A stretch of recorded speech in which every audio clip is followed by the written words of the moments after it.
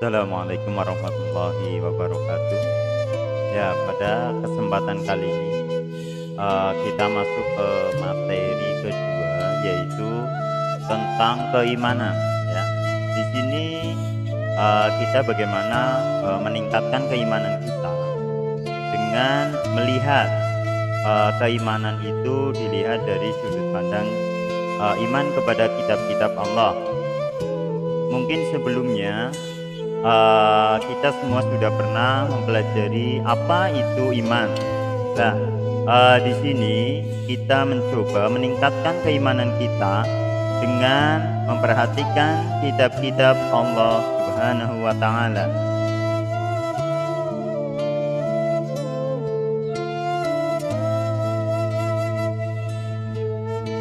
Hadis Rasulullah Shallallahu alaihi wasallam,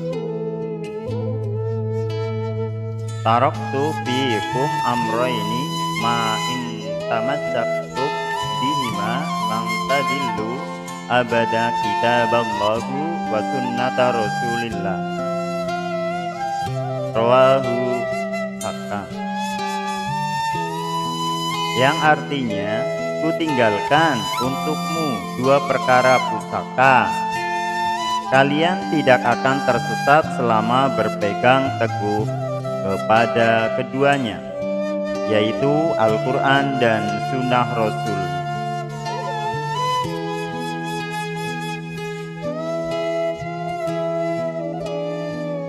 Kemudian firman Allah Subhanahu wa ta'ala, Bismillahirrahmanirrahim, wa anzalna ilaikal kitaba bil haqqi musaddiqan lima baina yadayhi minal kitabi wa muhaimina alaih fakum bainahum bima anzalallahu wa la tattabi ahwa'ahum amma ja'aka minal haqq.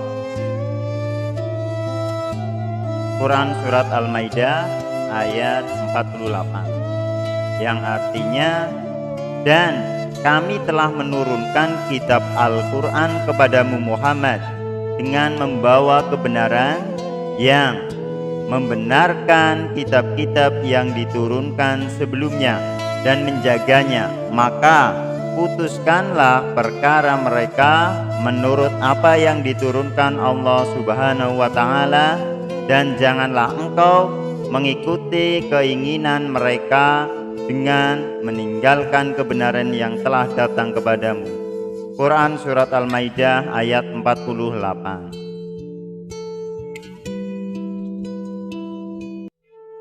Kemudian di sini ada kitab-kitab Allah Subhanahu wa taala. Menurut sudut pandang Islam, di dalam di dalam mengimani kitab-kitab Allah, di situ kita mengimani ada 4 kitab-kitab Allah, yaitu kitab terdahulu dan kitab yang sekarang. Nah, kitab terdahulu di sini ada 3 macam. Yang pertama adalah kitab Taurat. Ini adalah ilustrasi gambaran dari kitab Taurat, yang mana kitab Taurat di sini merupakan kitab yang dipegang atau dijadikan panutan oleh Nabi Musa alaihi salam. Kemudian yang kedua yaitu adanya kitab Zabur, yaitu kitab yang Allah turunkan kepada Nabi Daud alaihi salam. Yang ketiga yaitu kitab Injil, yang mana di situ diturunkan kepada Nabi Isa alaihi salam. Ketiganya ini merupakan kitab terdahulu, yang mana kita hanya cukup mengimani tentang keberadaannya, tentang keadaannya yang sesungguhnya. Akan tetapi pada saat sekarang, setelah adanya kitab keempat yaitu Al-Quran, kitab-kitab terdahulu itu sudah dikatakan sudah tidak wujud lagi. Nah, semuanya itu sudah tercover, sudah masuk di dalam Al-Quran, yang mana Al-Quran itu sebagai pelengkap kitab sebelumnya, sebagai panutan umat Nabi Muhammad SAW sampai akhir zaman. Kemudian yang pertama adalah kitab Taurat. Nah, dalam kitab Taurat di sini dasarnya adalah Quran surat Al-Isra ayat 2. Dan kami berikan kepada Musa kitab Taurat dan kami jadikannya petunjuk bagi Bani Israel dengan firman-Nya, janganlah kamu mengambil pelindung selain aku. Nah, di sini menandakan kitab Taurat ini dikhususkan untuk Nabi Musa alaihissalam beserta pengikutnya, yang mana di situ itu sebagai naungan ketika ada suatu perkara, ketika ada suatu masalah, maka kitab Taurat ini dijadikan sebagai rujukan dalam penyelesaian masalah, terutama bagi Bani Israel. Kemudian isi pokoknya di sini kita sebut itu ada 10 hukum atau istilah lain 10 commandment, yang mana berisi azas keyakinan atau akidah dan azas kebaktian atau syariah. Seperti berikut ada 10. Yang pertama yaitu tiada Tuhan selain Allah. Nah, di sini berisi tentang keimanan, berarti akidah. Yang kedua, jangan menyembah berhala. Di sini juga bagian dari akidah. Jangan mempersekutukan Allah. Nah, ini juga bagian dari akidah. Kemudian sucikan hari Sabat, hormati kedua orang tua, jangan membunuh, jangan berzina, jangan mencuri, jangan bersumpah palsu, dan jangan menginginkan milik orang lain. Itu juga merupakan bagian dari kebaktian, yaitu syariah, komunikasi antar sesama manusia. Nah, dari semuanya itu berisi tentang acuan atau anjuran untuk senantiasa berbuat baik. Kita tidak mungkin di dalam kitab Taurat ini berisi tentang kesesatan, karena semuanya itu mengarah biar manusia itu selamat di dunia dan di akhiratnya. Makanya Allah itu menurunkan kitab Taurat ini. Akan tetapi di dalam masa sekarang ada yang masih bisa kita jumpai di dalam Al-Quran. Kemudian yang kedua, di sini ada kitab Zabur. Nah, kitab Zabur di sini merupakan kitab yang mana bermakna, yaitu nyanyian rohani yang dianggap suci, merupakan pengembangan di mana nyanyian-nyanyian itu berisi tentang puji-pujian. Ya, dalam kitab Zabur ini ayat-ayatnya itu dianggap suci. Ada 150 surat dalam kitab Zabur yang tidak mengandung hukum-hukum, tetapi hanya berisi nasihat-nasihat, hikmah, pujian, dan sanjungan kepada Allah Subhanahu wa Ta'ala. Secara garis besar, nyanyian rohani yang disenandungkan oleh Nabi Daud alaihi salam dalam kitab Zabur itu ada 5 macam. Secara garis besar ini. Jadi yang pertama, nyanyian untuk memuji Tuhan, atau bahasa lain adalah liturgi. Yang kedua, yaitu nyanyian perorangan sebagai ucapan syukur. Ya, mungkin kalau dalam Islam di situ ada semacam rasa syukur kalau kita mengucapkan alhamdulillah. Mungkin ada di sekitar kita yang sampai dengan melakukan tasyakuran di rumah, mengundang tetangga sampai makan dan lain sebagainya. Yang ketiga itu ada ratapan jamaah. Nah, ini mungkin bagi umat Islam itu seperti kita doa bersama. Kemudian ada ratapan dan doa individu. Lah di sini ada perenungan atas mungkin kesalahan-kesalahan ada pada diri kita sendiri, kemudian direnungkan. Kalau dalam Islam kita seperti sholat sepertiga malam itu. Nah, mungkin ada yang sampai menangis, sampai meneteskan air mata dan lain sebagainya. Nah, itu berisi biasanya tentang ratapan atas kesalahan-kesalahan dan harapan yang akan kita tuju. Yang kelima adalah nyanyian untuk raja. Nah, nyanyian untuk raja di sini sebagai penghormatan. Wah, ada orang yang besar, ada pemangku kebijakan, ada orang-orang yang mungkin menurut warga itu perlu diapresiasikan penghormatannya. Makanya ada nyanyian untuk raja. Lah, ini hanya berlaku pada zamannya Nabi Daud alaihissalam. Tidak mungkin kita sekarang, wah ada raja, presiden datang, kita nyanyi. Tidak mungkin. Kemudian yang ketiga yaitu adanya kitab Injil. Nah, kitab Injil di sini itu diturunkan kepada Nabi Isa alaihissalam yang memuat keterangan-keterangan yang benar dan nyata, yaitu perintah-perintah Allah agar manusia mengesahkan dan tidak menyekutukannya dengan suatu apapun. Jadi di sini adalah berisi tentang mengesahkan. Jadi Tuhan itu hanya satu. Kemudian dalam kitab Injil terdapat pula keterangan mengenai akan lahirnya nabi yang terakhir dan penutup para nabi dan rasul yang bernama Ahmad atau kita kenal dengan Muhammad Shallallahu Alaihi Wasallam. Nah, dalam kitab Injil ini itu ada sedikit perbedaan ya. Ini adalah versi yang ada di dalam Al-Quran, yang mana Al-Quran itu mencakup kitab-kitab sebelumnya.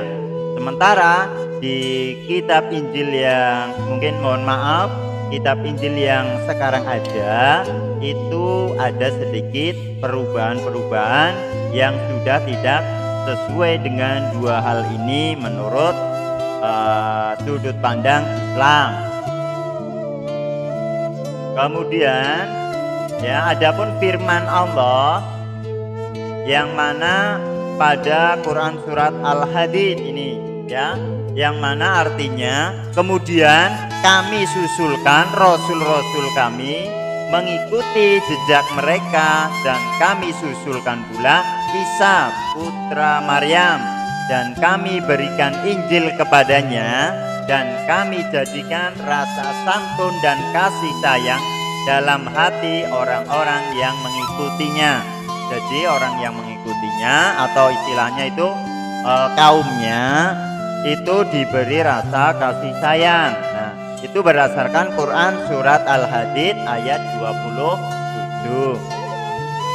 Kemudian yang berikutnya yaitu Al-Quran ya. Al-Quran yang diwahyukan kepada Nabi Muhammad Shallallahu Alaihi Wasallam menghapus sebagian syariat yang tertera dalam kitab-kitab terdahulu dan melengkapinya dengan tuntunan yang sesuai dengan perkembangan zaman. Al-Quran merupakan kitab suci terlengkap dan berlaku bagi semua umat manusia sampai akhir zaman. Kemudian adapun dasarnya yaitu Quran surat Al-Baqarah ayat 2. Bismillahirrahmanirrahim. Dzalikal kitabu la raiba fihi hudal lil muttaqin.